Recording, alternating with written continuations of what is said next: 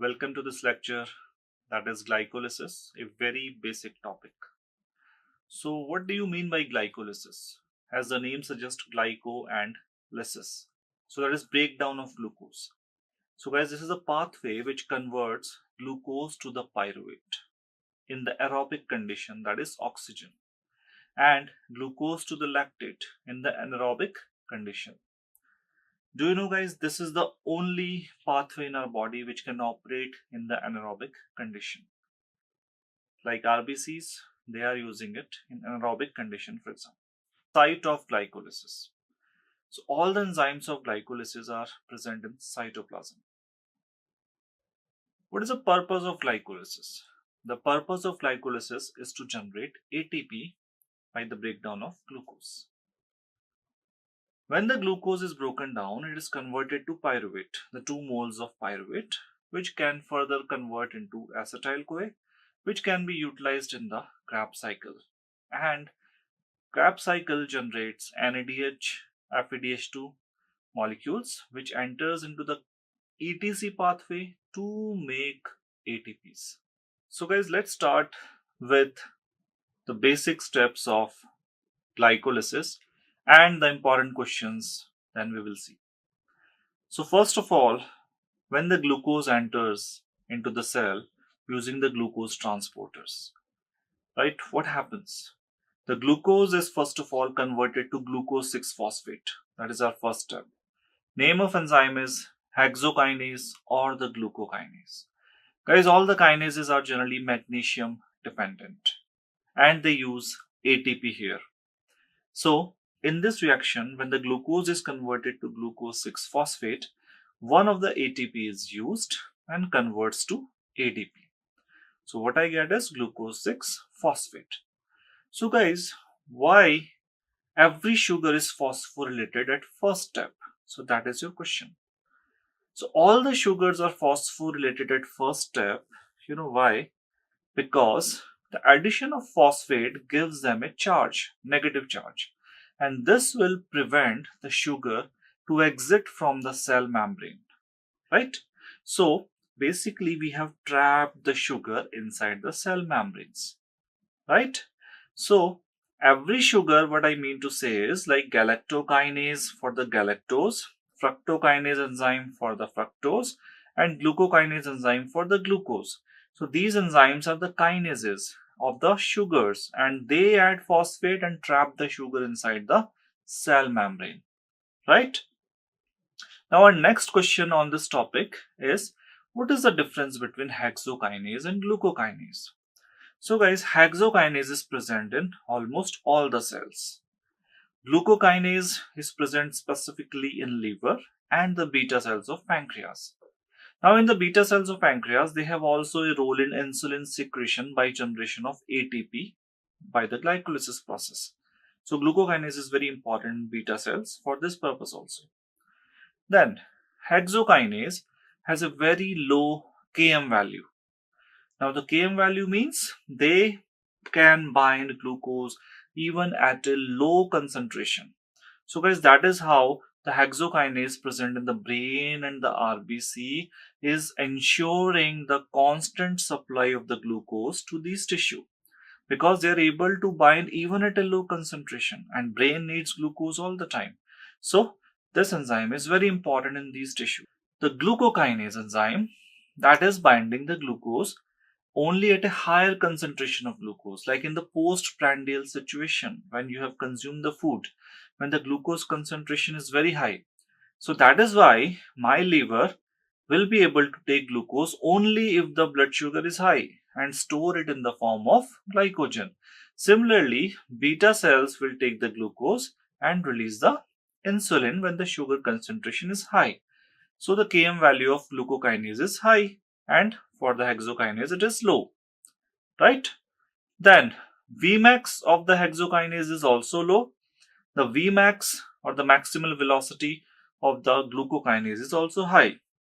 Hexokinase is present all the time. It is non-inducible, while the glucokinase is inducible by insulin itself.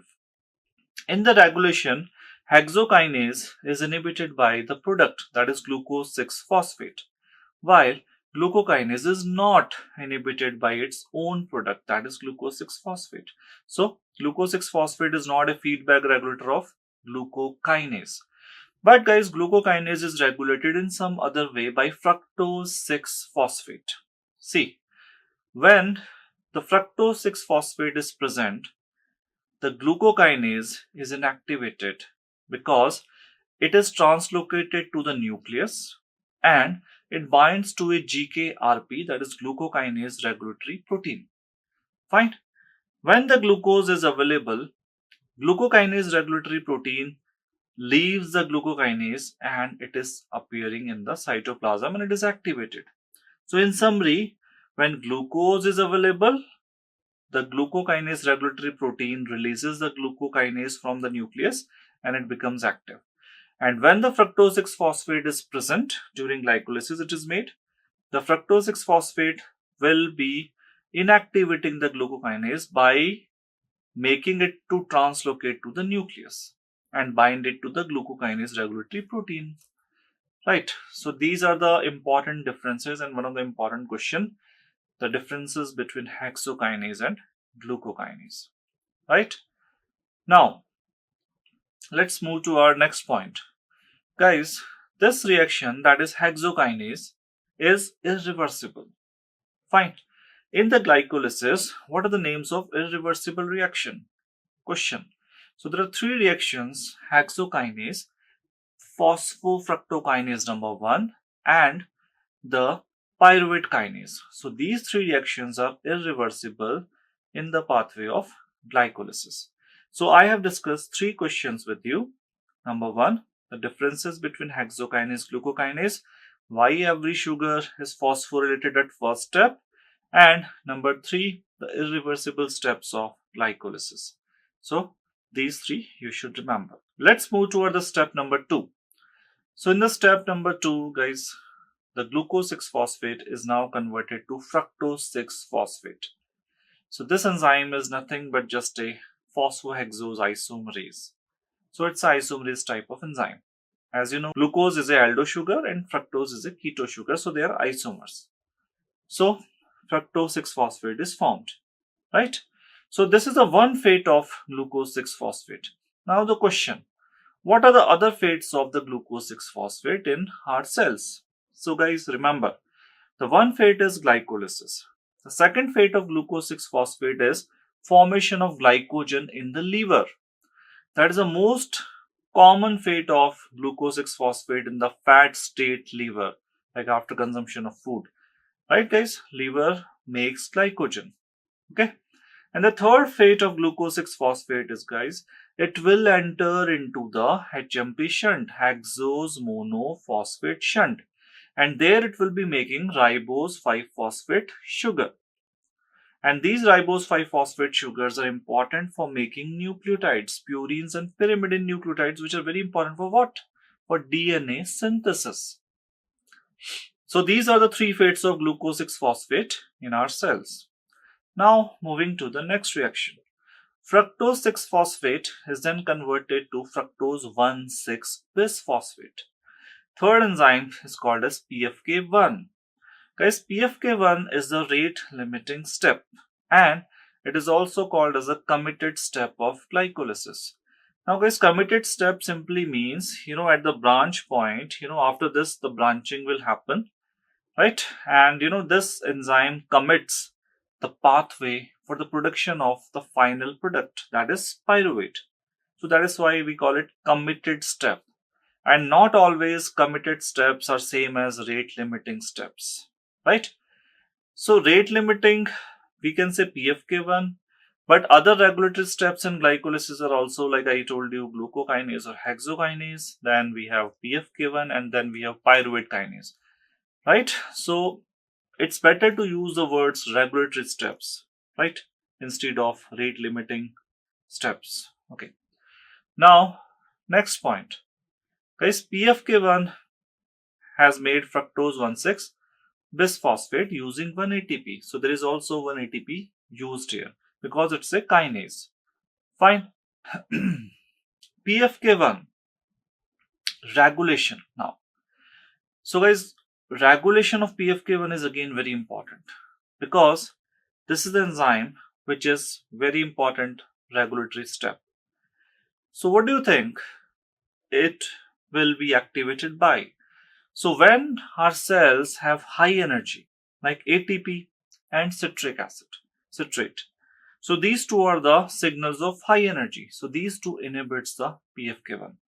But we have AMP, that's a signal of low energy. So that is an activator of the PFK1. So citrate and ATP inhibits, AMP activates the glycolysis. Because guys, the low energy means my body needs energy, my cells need energy. So this will bind allosterically to the PFK1 and AMP will activate the glycolysis. But there is one more molecule, guys, that we have to remember, which is actually considered as the most important activator of glycolysis, and that is fructose 2,6 bisphosphate. So how it is made? Fructose 2,6 bisphosphate is made by the enzyme that is called as PFK2. PFK2 is a bifunctional enzyme, guys. It has two subunits. One is called as kinase, another is called as phosphatase. So I can call it like PFK2 and fructose 2,6 bisphosphatase instead of just calling it PFK2, because it is a kinase domain, that is PFK2, and it is a phosphatase domain, that I can call it fructose 2,6 bisphosphatase domain, right? Kinase domain makes the fructose 2,6 bisphosphate from fructose 6 phosphate, right? And fructose 2,6 bisphosphatase will break the fructose 2,6 bisphosphate back to the fructose 6 phosphate, right? So how these two subunits are acting? Guys, if you have consumed food, so glucose levels are rising in your blood and your cells are taking glucose. So you need to make more fructose 2,6 bisphosphate. So guys, right now in the fat state, remember the kinase domain is activated by insulin, right? Let's understand again. I took the food, my insulin levels rises, then my blood sugar is also rising there. So, glycolysis must happen. So in the presence of insulin, the kinase domain of the PFK2 will make more amount of fructose 2,6 bisphosphate, right guys? But in the fasting state, guys, my phosphatase domain will be activated by glucagon and fructose 2,6 bisphosphate will be destroyed, and so the glycolysis will be inhibited in the fasting state. You got my point? Fine. So in summary, fructose 2,6 bisphosphate levels are high in glycolysis because it is the activator of PFK1, and it is low in fasting state. That's why the glycolysis is inhibited. Guys, we have one very important point again that we must remember. That is fructose 2,6 bisphosphate is the inhibitor of gluconeogenesis also, right? So fructose 2,6 bisphosphate, it binds allosterically and inhibits the fructose 1,6 bisphosphatase enzyme of gluconeogenesis. Correct? So in summary again, fructose 2,6 bisphosphate 26 BP, fructose 26 BP has two roles: activate glycolysis, inhibit gluconeogenesis. So these are the two important roles of one molecule, right? Cross regulation, we call it cross regulation by fructose 2,6 bisphosphate, activate glycolysis, inhibit gluconeogenesis. Now moving to our next point. So guys, fructose 1,6 bisphosphate is now acted upon by the next enzyme that is called as aldolase. Now this aldolase is a lyase enzyme. It cuts the 6-carbon fructose 1,6 bisphosphate into 3-carbon DHAP, dihydroxyacetone phosphate, and 3-carbon glyceraldehyde 3-phosphate. Now guys, because in the further reaction only G3P is used, so the triose isomerase enzyme, right, will convert DHAP also to the G3P. So now I have 2 moles of G3P in the pathway of glycolysis, right? So now the 2 moles of G3P will be acted upon by the next enzyme, that is called as glyceraldehyde 3-phosphate dehydrogenase, and this produces 1,3-bisphosphoglycerate. Now guys, can you see that a phosphate has been added to G3P, and that's why we get 1,3-bisphosphoglycerate. But this phosphate has been added without using ATP, right guys? So we have used an inorganic phosphate here. So this is the only reaction in glycolysis where without using ATP, a phosphorylation has been done. So remember this point, right? What's the name of enzyme? G3PD, glyceraldehyde 3-phosphate dehydrogenase. Now guys, remember a concept that most of the dehydrogenase in our body, they utilize the active form of niacin or nicotinic acid, that is NAD, and makes NADH, right? So NADH is made. Why? Because we have done the dehydrogenation of the molecule. So we have taken a hydrogen out. And who is the acceptor of this hydrogen or electron? NAD. So guys, this NADH which has been made in the glycolysis is very important. Why? Because it's a source of ATP, right? Guys, NADH makes 2.5 ATPs. Fine. So right now we have made 2 NADH. Why? Because I have utilized 2 G3P and made 2 moles of 1,3-BPG. Correct? So 2 NADH will give me 5 ATPs in the electron transport chain using the oxygen. And that's why this is the aerobic glycolysis. You know guys, why I am calling it aerobic glycolysis? Because this NADH which has been made will go to the mitochondria and will be utilized by the mitochondrial electron transport chain to generate ATPs. So this is an oxygen dependent process, and that's why we call it aerobic glycolysis, right? Okay. Now guys, also remember one more point. Next question. How does the NADH goes to the mitochondria? Guys, NADH can enter the mitochondria not directly but indirectly by 2 ways. And these are called as shuttle systems. So the first shuttle system is called as the malate aspartate shuttle, right? And malate aspartate shuttle will transfer the NADH from cytoplasm to the mitochondria and generates the same number of ATPs, that is 2.5.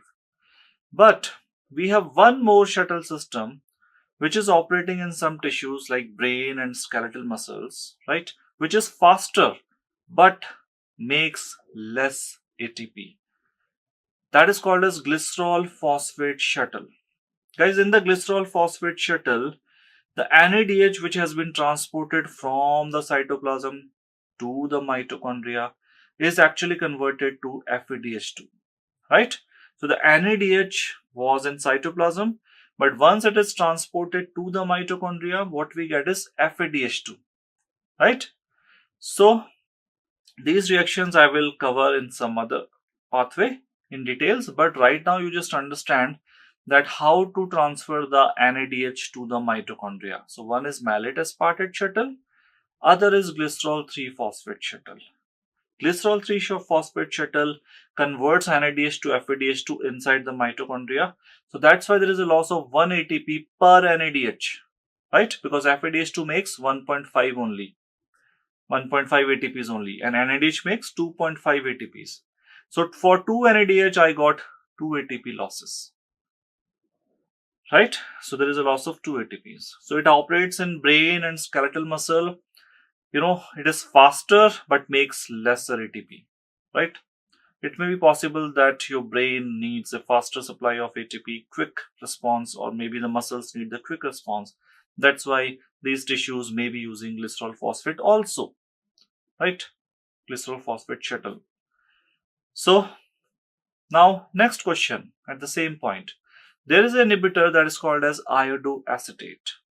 Guys, this iodoacetate binds the glyceraldehyde 3-phosphate dehydrogenase irreversibly and inhibits this enzyme, right? So iodoacetate is also a kind of rodenticide, a rat poison. Fine guys, so this is our one of the first inhibitor that we have discussed in this pathway. So till now, what is our product? 1,3-bisphosphoglycerate, right? So now this 1,3-bisphosphoglycerate is acted upon by the enzyme known as phosphoglycerate kinase. And guys, we get the product that is 3-phosphoglycerate. So where does the phosphate goes? This phosphate has been utilized in making 1 ATP. So the ADP converts into ATP. For everything 2 moles, because we are doing 2 moles right now. So 2 moles of ATPs are produced, right? So guys, this is synthesis of ATP without using mitochondria, right?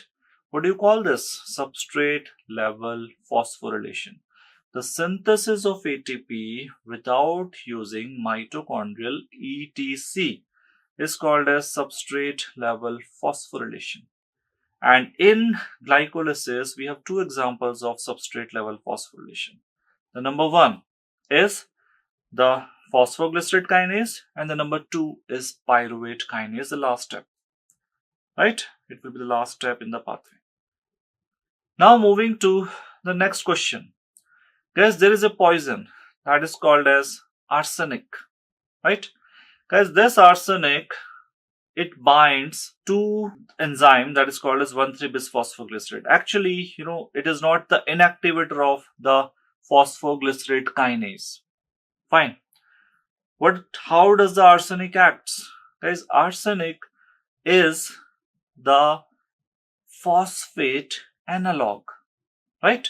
So it competes with the phosphate in the previous reaction where we have converted G3P to 1,3-BPG. So if arsenic is present, instead of phosphate, the arsenic binds and the G3P converts into 1-arseno-3-phosphoglycerate. So guys, in this case, there will be spontaneous conversion of 1,3-BPG to the 3-phosphoglycerate. Like 1-arseno-3-phosphoglycerate converts to 3-phosphoglycerate and arsenic comes out.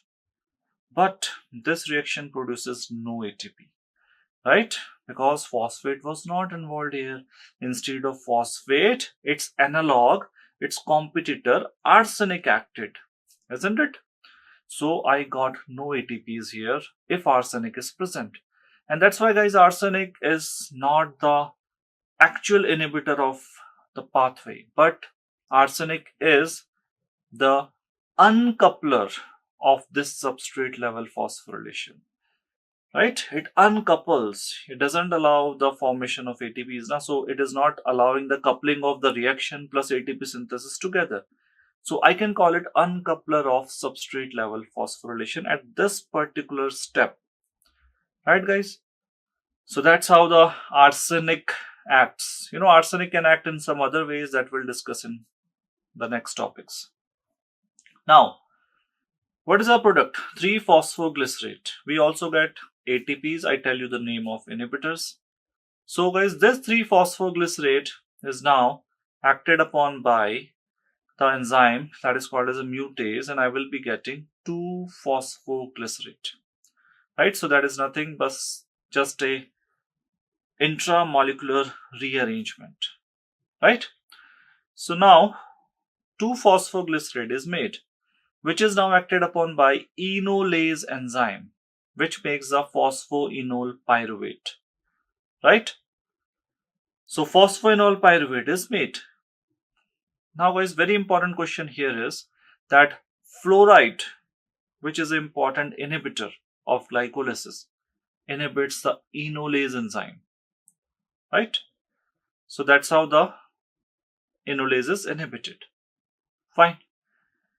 Fluoride is also used in some other purpose like blood collection tubes that I will discuss after some time. Fine. So this PEP is made.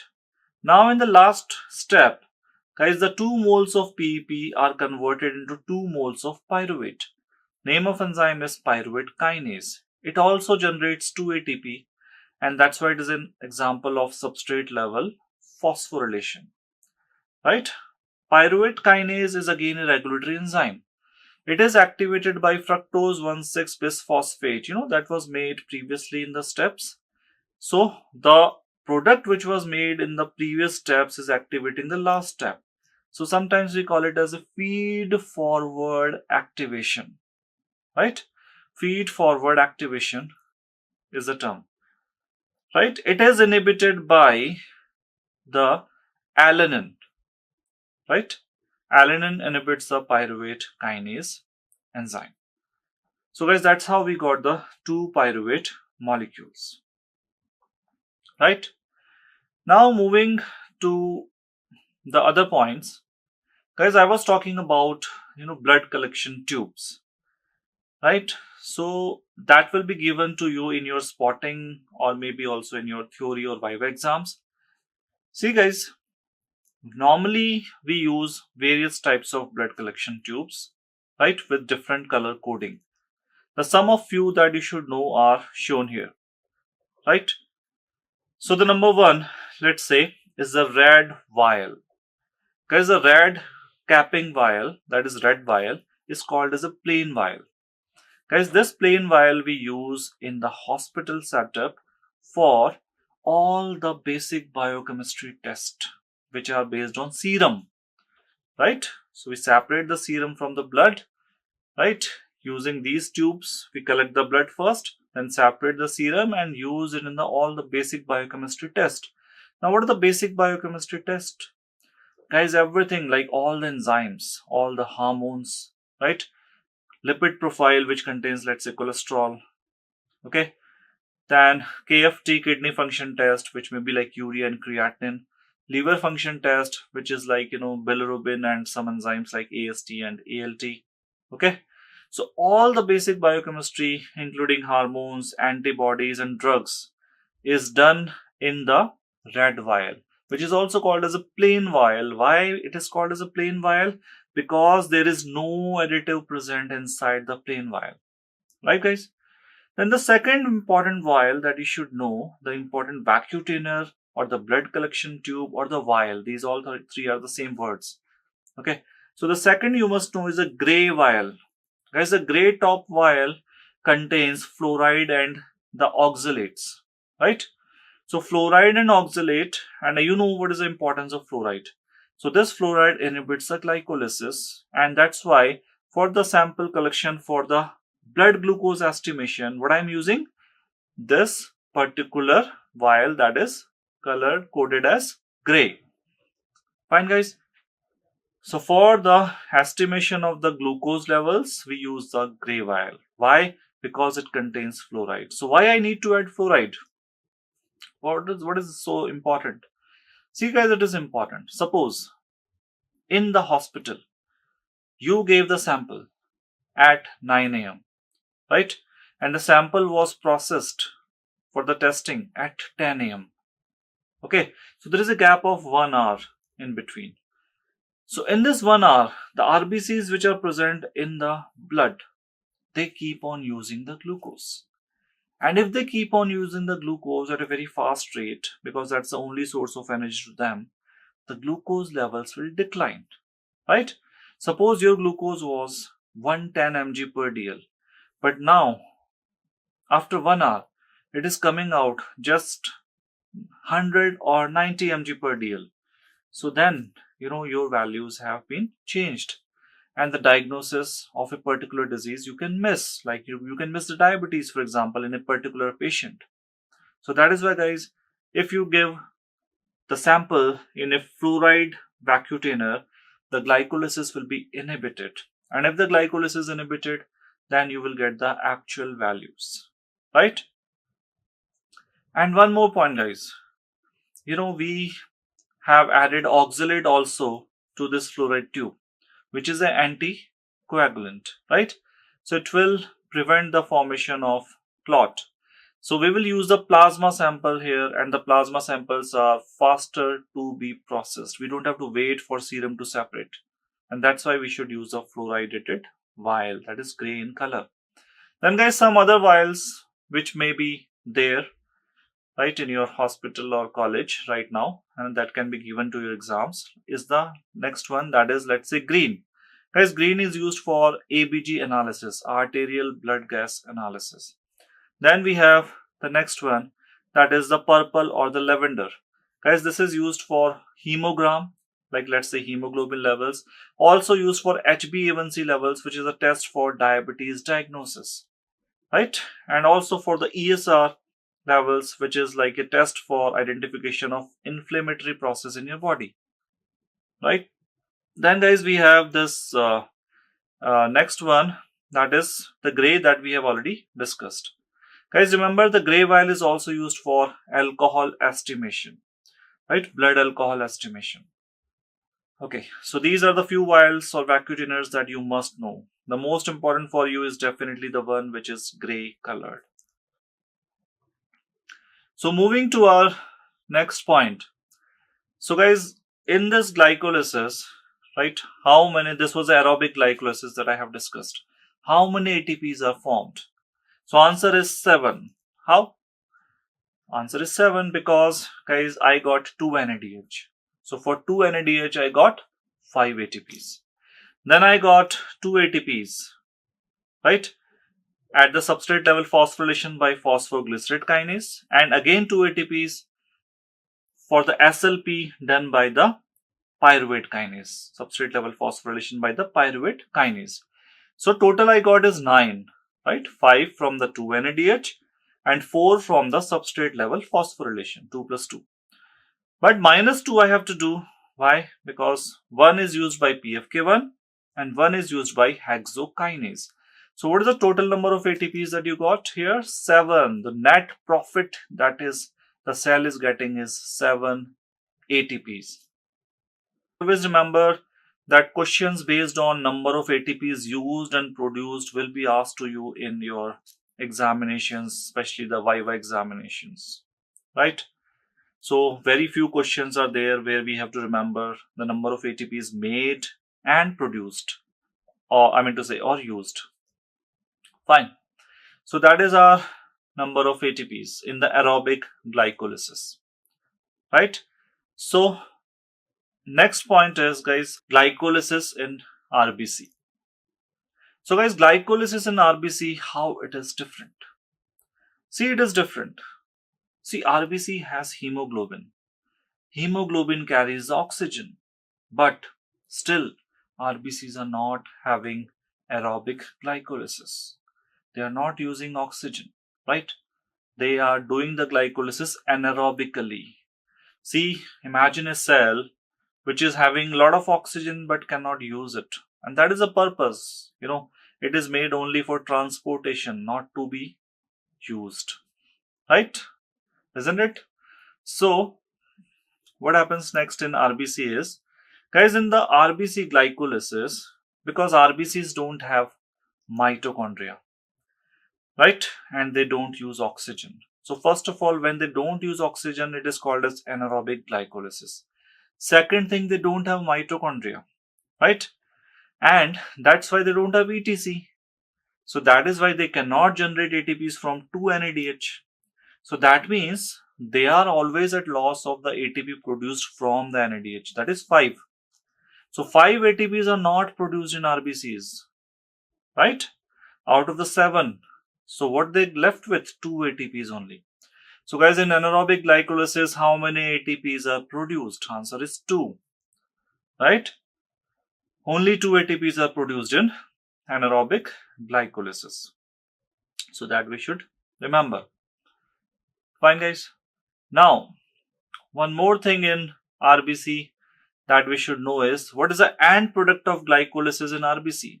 So the answer is lactic acid or the lactate. So guys, why do RBC switch to lactate production? What is the need?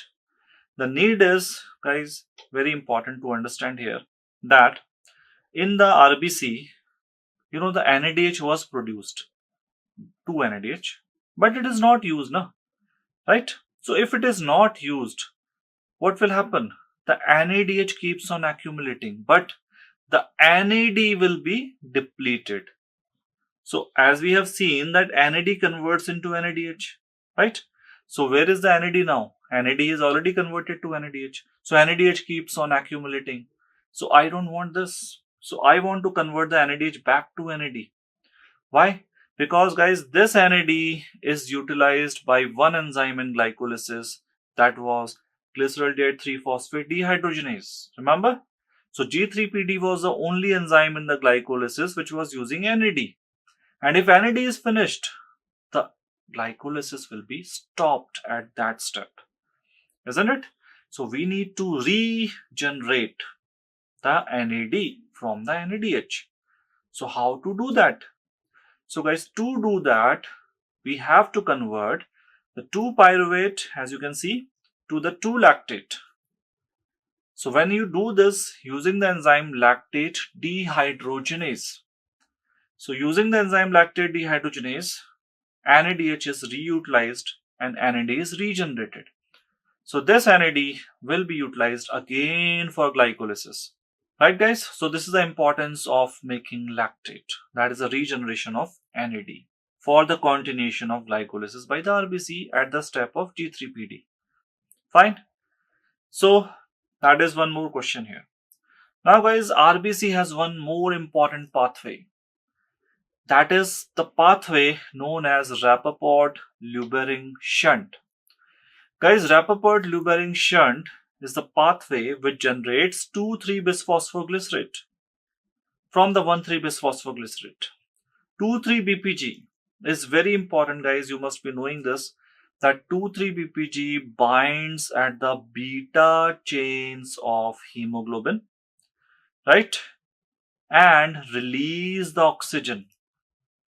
Right, so unloading of oxygen in special situations, like you are at high altitude.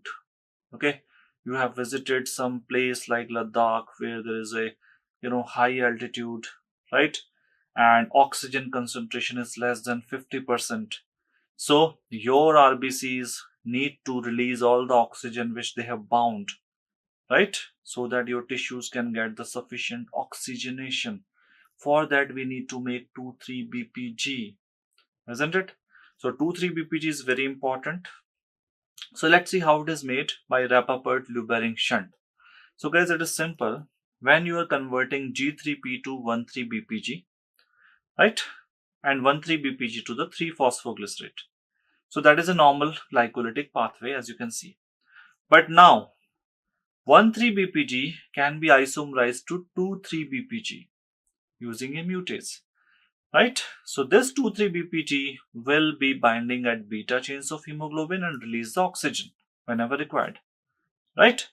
Now this 2,3-BPG come back to the pathway by the phosphatase enzyme, which will remove the phosphate, and 3-phosphoglycerate is again formed, right? So 3-phosphoglycerate is again formed and glycolysis can continue. Okay, but guys, the point to be noted here is that when the 2,3-BPG converted back to the 3-phosphoglycerate using a phosphatase enzyme, there is no ATP synthesized. While in the normal glycolysis, the 2 ATPs were synthesized by phosphoglycerate kinase enzyme, isn't it? Right? So what is the loss? 2 ATPs are lost if, why I'm saying 2 ATPs are lost? If the glucose utilization is done 100% by the pathway of Rappaport-Lubering shunt. Means imagine you have 100 glucose and all the 100 glucose are going through this pathway of making 3-phosphoglycerate. Then what will happen? Then there will be no ATP formed in glycolysis of RBC. 0 is the answer. So suppose the question is how many ATPs are produced by the RBC if they use the Rappaport-Lubering shunt, right? 100% of the glucose uses the same pathway. So answer will be 0. Why? Normally it produces 2 in the anaerobic glycolysis. Now 2 are lost also in the Rappaport-Lubering shunt to make the 2,3-BPG. So normally 2s are produced. Now 2s are lost. So that's why the answer will be 0. Isn't it, guys?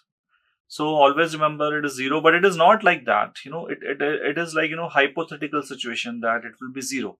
Because normally your body is not utilizing Rappaport-Lubering shunt, right? Because we are not living at a high altitude all the time. And if we live, we will be adapted for that situation, right? Because, if you make it 0, the RBCs will die, right? So that doesn't happen, isn't it?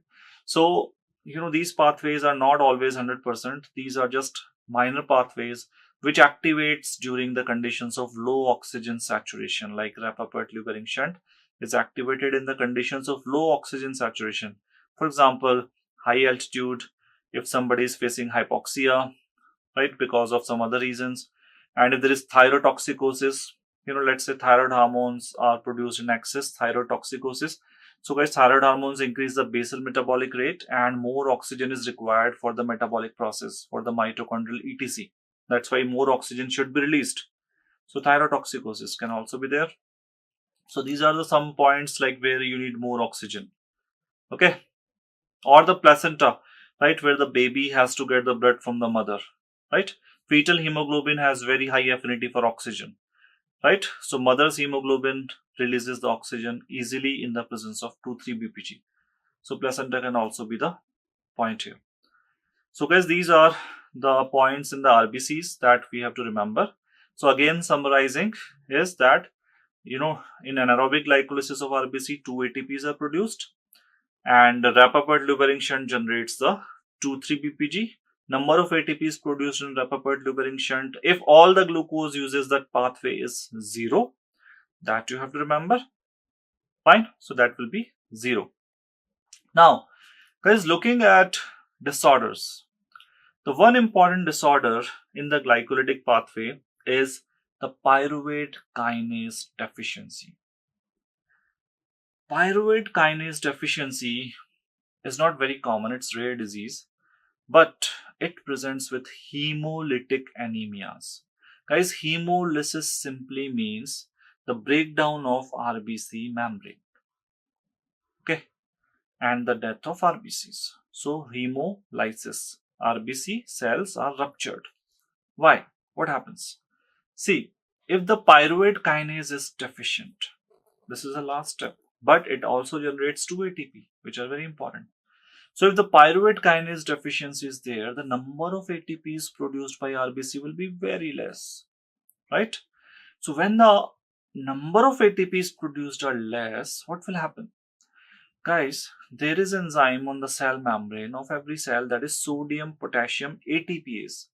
So this sodium potassium ATPase will be inactivated in the absence of ATP, right? So what will happen? So guys, because the membrane structure is maintained by these enzymes, right, and also the sodium levels in the cell will increase, okay. So sodium is osmotic in nature, which it will take the water inside, and there is swelling of the RBCs. They will lose the shape and rupture, right? So that's how there will be hemolysis, right guys? So this is a case of hemolytic anemia because the cell membrane's structure was not maintained, and there is also swelling of the cell. So pyruvate kinase deficiency is one of the important disease that you must remember in a case of glycolysis.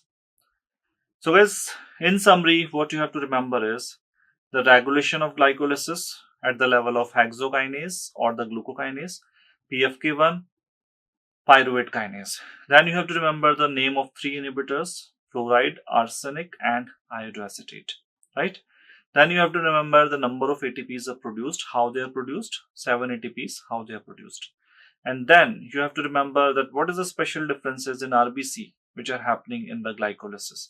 So you have to remember Rapaport-Lubering shunt, and you have to remember that why lactate formation is necessary in RBC. And then you have to remember a disorder, and that is only one we have discussed: pyruvate kinase deficiency, right? And in special case, you have to remember the names of vacutainers, what they contain, content of the vacutainer, and what is the important use, especially the gray one for the first year MBBS exams. The gray one is very, very important, right guys? So keep on revising and keep all these points in your mind, right, while revising the glycolysis. Thank you so much. See you in the next video.